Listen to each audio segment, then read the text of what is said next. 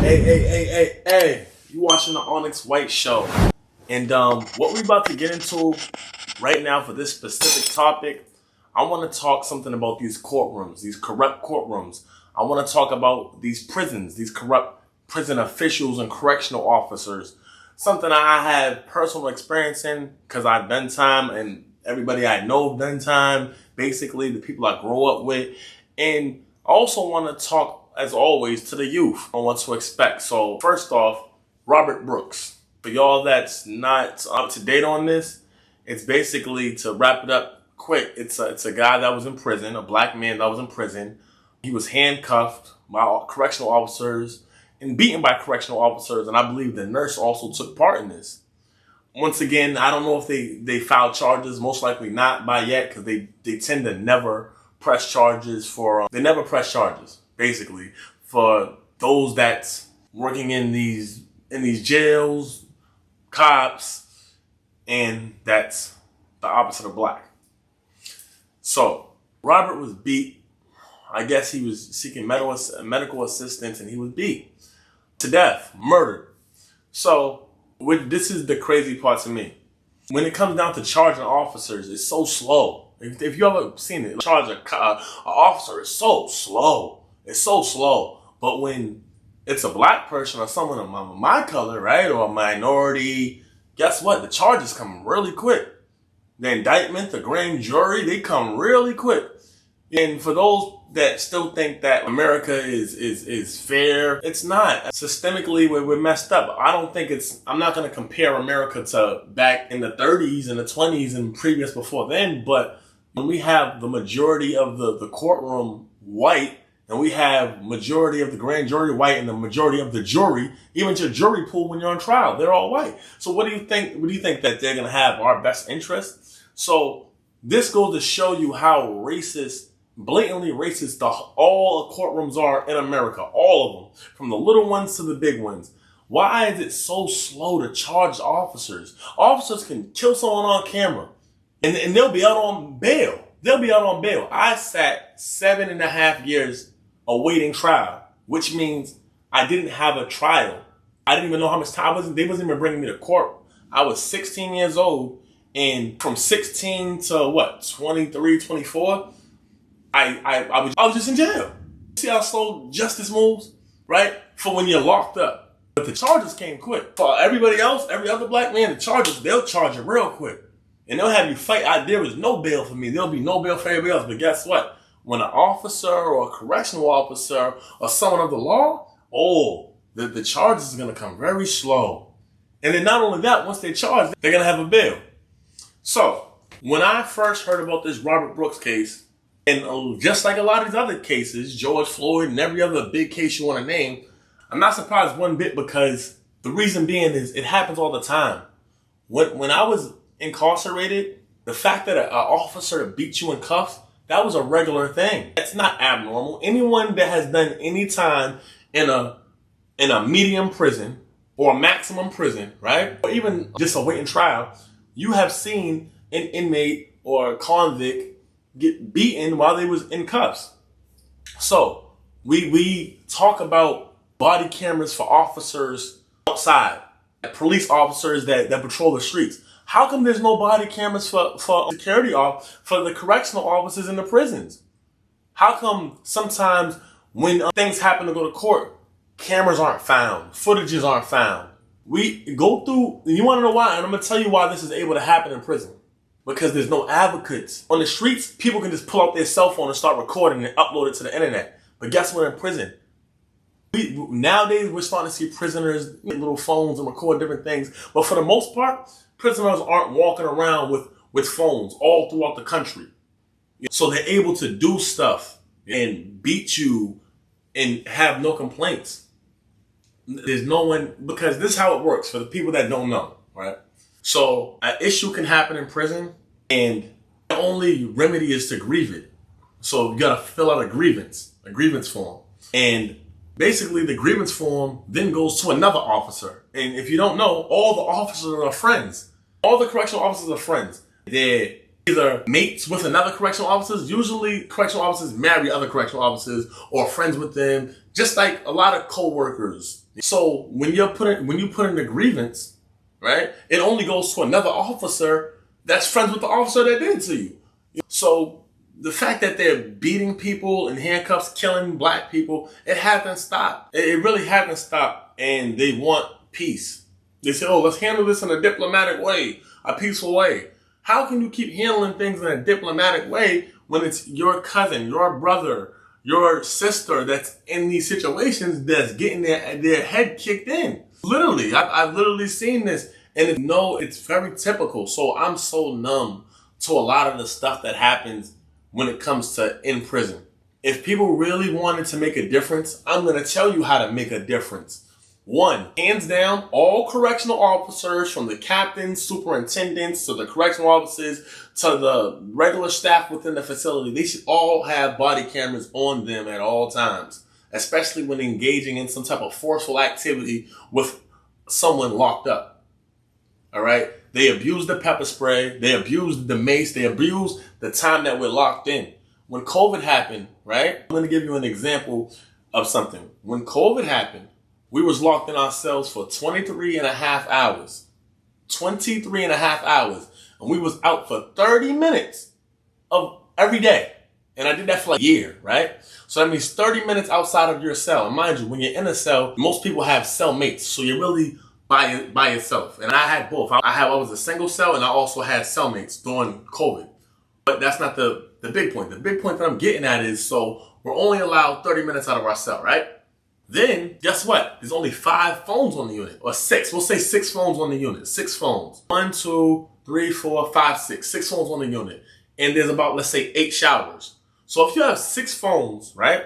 8 showers, and you say like the unit has 100 people, 80 people. We'll say 80 people, right? And they're out for 30 minutes. What do you think is going to happen?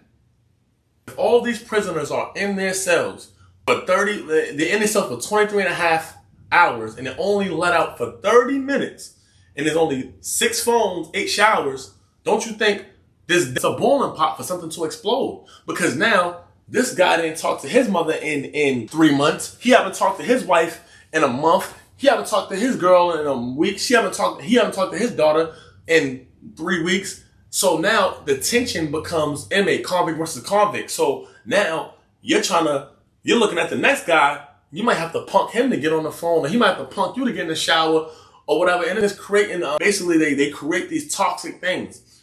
And all this goes back into the world. It's not just a prisoner's problem, because most people that's in prison will be released one day. So the people that's walking amongst us right now, like myself, is people that been in prison. So now you're releasing people that just had to survive a war, right?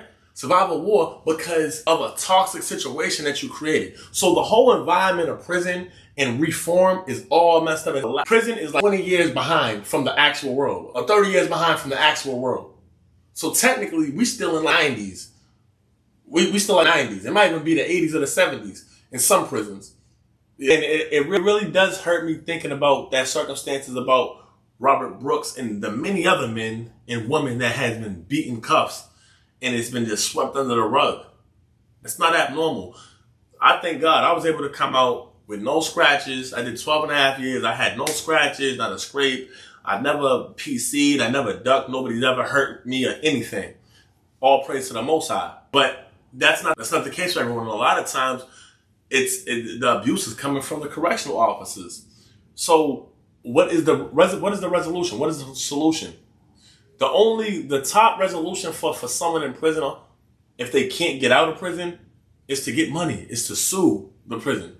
But it's very hard for prisoners to even bring these cases to court. For one, lawyers don't really want to take it for free. Lawyers don't want to do that pro bono work. There's some that want to do it, but a lot of lawyers don't. They're not looking out for prisoners, but they're not understanding, like, everyone is this is someone's son, this is someone's grandson, this is someone's daughter, someone's niece. And so if you don't have an attorney to fight for you, to show that you were just beaten up by, usually they're not even gonna take the case. And then not only that, the court system, they have different obstacles for prisoners. Someone out here can just file a lawsuit at will.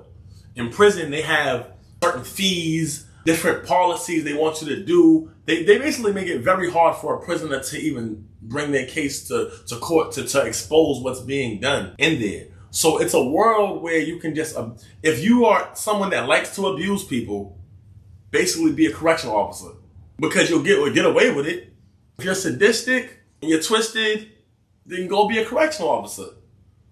Because that's really, because even the officers, this is the thing, right? Even the officers that was there when I was doing my incarceration, they all aren't bad. I'm not gonna say there is some officers that's good people. I will say that, like certain correctional officers, but very slim. The reason why I tell you this, because a good correctional officer is banned from the other officers. Because a good correctional officer isn't gonna sit by and see a prisoner get his face kicked in while he got cuffs on. He's gonna try to stop it, or he's gonna report it after, or say something. But if they do that, because the correctional officer is like a cult, right? If they do that, they're gonna get reported. They're gonna get reported to all the other officers, basically. And within that group, once word gets around, it's basically a gang. Once word gets around that this correctional officer is they call him like an inmate lover. You used to say nigga lover back in the day. So, but they have their own gang. People are in jail. Some people didn't do their crimes, but the point is that they're serving whatever sentence that the law said that they're supposed to serve. So prisoners aren't in prison to be punished by authority. It's about rehabilitation, so someone can come out and be the best version of themselves and make sure society as a whole is good. But what we're having here is we're having a place called prison where sadistic people go to work, get a lot of money, right? And a lot of these people don't even you only need a high set or a GED. You don't even need to finish high school. And they're getting paid like a doctor. So why aren't the teachers in America, or the teachers should be getting the salary of a correctional officer? Because they do way more than what the correctional officers do. Yeah. So it's no surprise to me about the Robert Brooks case. And I want to speak to the youth. I'm not a big person that's going to sit here and I don't convince people what to do. You do what you want to do. If I got some knowledge on a certain subject, then I'll give you the knowledge, and then the choice is yours from there. So when we start talking about the streets, when we start talking about people, you want to be a gang member, you want to commit crimes, just understand what comes with this. All right? It's not just fame out here, and it's not even just death. It's the other world called prison. Prison is another world. Any person that did time, like real time, and then did time in like a place that was violent, then you would know prison is another world. Yes, it's a whole nother world. And it will change you. Our personal opinion is that prison changes everyone. Just like anything changes someone. Like you can go to college and it will change you. But it's either going to change you for the best or change you for the worst. Because you're surrounded by so many different spirits, so many different energies. And y'all all locked in dealing with one plight. And sometimes you can take that out on someone else and it had nothing to do with them. Just because the judge gave this guy 30 years. Or just because he's locked up and something's happening to his daughter and he can't go out there and defend her. So for the younger guys and girls, just understand fully what prison is. Like a lot of times we sign this invisible contract to the streets and you don't even know what you're signing. Now, there's a lot of guys out here that's following. The problem is there's a lot of followers. And the followers out here is the ones with the voice. The crash dummies and the followers, they're going to have these little kids crash out and do all type of stuff that they shouldn't really be doing or involved in. Now, I'm not saying don't go to the streets. I'm not saying that. Because for some people, it works best for them. That's who they are. I'm just saying know what come with this. And for the guys that got people underneath their wing, tell them about this Robert Brooks. Tell them about how prison, it's not just you fighting against other gang members. You fighting against correctional officers. You're locked in a cell all day. They give you no food. There's no one to hear you. There's no one to hear you scream. There's no one to hear you cry. There's no one to, figuratively and literally. I'm speaking both, but you gotta be your own hero. These courts are just as corrupt as the correctional officers sometimes. Because if they're supposed to be the overseers, and by the time you try to bring something and complain to a judge about it, they toss the case away. They toss the case away because you don't have X amount on the filing fee, or because you didn't file this certain grievance. So it's basically a setup. It's a setup, and once you're in there, you definitely need family. So if y'all have any loved ones that's locked up and you love them, I pray that y'all look out for them. And it doesn't mean always money. It can be a phone call. It can be when their birthday come, give them a card, show them some support. Because the thing about prison, your mind can play tricks, but not only just play tricks, you have nothing but time to think. So someone in prison going through something, 10 times worse. Because out here, at least you can go out for a walk. You can go talk to a friend. You can go online. And there, it's just, you're stuck with it. You're stuck with it. And it gets drastic very quickly. It can go from being quiet, silent, to seeing blood, to seeing knives, to seeing 10 on 10 people jump on each other, a fight with the cops, or the correctional officers, as they say, there. And many times, unfortunately, I've seen officers beat inmates. Usually beat them when they wasn't posing a threat, when they had their handcuffs, or because they already didn't like them, or to set an example. Even what's going on in Shirley Macks, out here in Massachusetts. Everybody knows what's going on in Shirley Macks. The governor knows what's going on in Shirley Macks. All these lawyers know what's going on in Shirley Macks. The judges know what's going on in Shirley Macks. But guess what? They don't care because it's not their kids. It's not their kids. You seen when Governor Baker's kid went to jail, and you see, matter of fact, we don't even got to talk about that. You see when Biden's son went to jail. What happened with Biden's son? The charges get dropped because they're privileged. We don't have that same privilege. We don't have that same privilege. So the only thing we can do right now is look out for each other. And when I say we, I'm talking about all of us. I'm not saying just black people. I'm not saying white. I'm just talking about people that's on this side of justice. And that could include a correctional officer. That could include a judge. If you really want justice, then do the right thing. Y'all see what's going on in Shirley Macks? Shirley Macks, I personally know officers are abusing their power up there. Spraying people with mace while they're in handcuffs. Kicking them in the nuts while they're in handcuffs. The list goes on. Even from knowing that your enemies is in one unit, and then they'll set you up and put you in another unit. I spoken to a friend that was basically telling me, like, this happens a lot too. Officers were spreading the rumor about someone in there, saying that they're telling on someone and snitching and putting them in a population of people that will kill you for that. So it's very tactical and it's very evil. It's very evil. And there's only one God. So I feel that we should pray for all the prisoners, for all the people that's locked up. People make mistakes. Everyone makes mistakes. And I'm not trying to put this out here for a sympathy for anyone, but I just really want it for just to enlighten certain people, to let them know really what's going on in these prisons, what's really going on in these jails. Everybody don't make it out, and it's a sad thing. Because if we're all human, right, and we all have a moral compass, then you know certain stuff is not right. Can you name a time where it's right, where a prisoner is getting beat with his hands behind his back, cuffed up, and there's 15 officers on him beating his ass? Can you tell me a time? There is no time. It's not justice. It's not right. But we only see one side. If a correctional officer is beat, if a finger is thrown on him, guess what? The newspapers is there. Oh, this convicted man hit the officer, and it's a big deal, right? But everything else is swept under the rug. For every one incident that happens where you hear of a prisoner attacking a correctional officer, there's 100 more or 1,000 more where a correctional officer beats someone senseless, kicks someone in the nuts. Not only that, touched up on someone's visitor. Yes, that's another thing. A lot of visitors that come into the prison are groped, are sexually harassed because they have to go through a process to see the prisoner. So the visitor doesn't just see the prisoner. They have to get screened. They have to get searched. I've been around where people's mothers was told to lift up their skirt, was told to take their bra off. Real vulgar stuff. And it's not talked about. You want to know why? Because the news cameras ain't walking in prisons. To go into prison, you need permission from the prison. See, out here, we can just pull our phones out. We can record, we can watch, we can track things down. In prison, there's none of that. They control who comes in there. They control where your complaint goes if you complain. And they control the mail. I've been in there where I was trying to get mail sent out to certain officials, like certain governors, or just to complain about the living circumstances. Guess what? Do you think that meal reaches destination? No. We don't believe in communism, right? Because we're in America, but that's what prison is. They control it.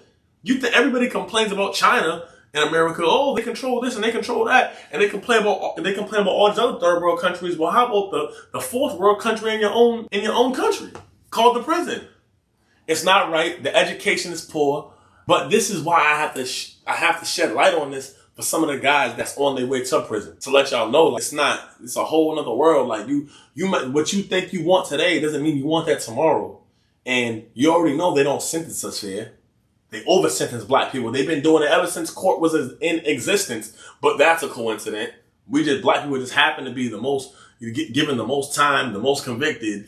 That's just a coincidence. And there's other people committing the same crimes. But past that, this is for the youth to understand that when you sign that contract to go spin the block or whatever, this is what comes with it. It comes with a lot of stuff. It comes with a lot of abandonment. And it comes with the people that's there to help you rehabilitate, to help you stay safe. They are the main perpetrators. They are the main ones. As far as Robert Brooks, I would like to send my condolences to his family and for all the other guys that was in there, that's being beat, that's been tortured, that justice never came to you for whatever reason, for the circumstances. I want to say to you guys, man, y'all keep y'all head up. And staying strong, and God knows the truth. God got your back through it all, whether the highs, through the lows. I would like to say to all the correctional officers and judges and everyone that's anti-justice, that don't like justice, that has made a choice to be racist, that made a choice to be classist, that has made a choice to be classless. God got a special place for you. He does. And for those, in the same token, for the officers and the correctional officers and the judges that has chosen justice, that has chose to stand up when it wasn't always the popular thing to do and chose to actually do their job, I salute you.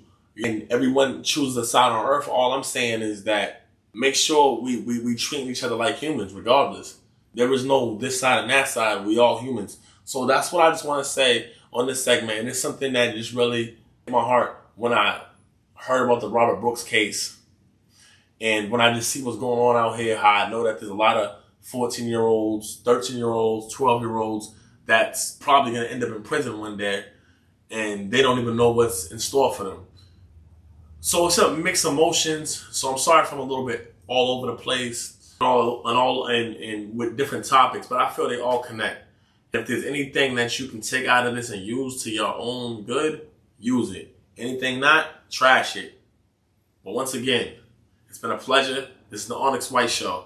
Hit me up. Yurt.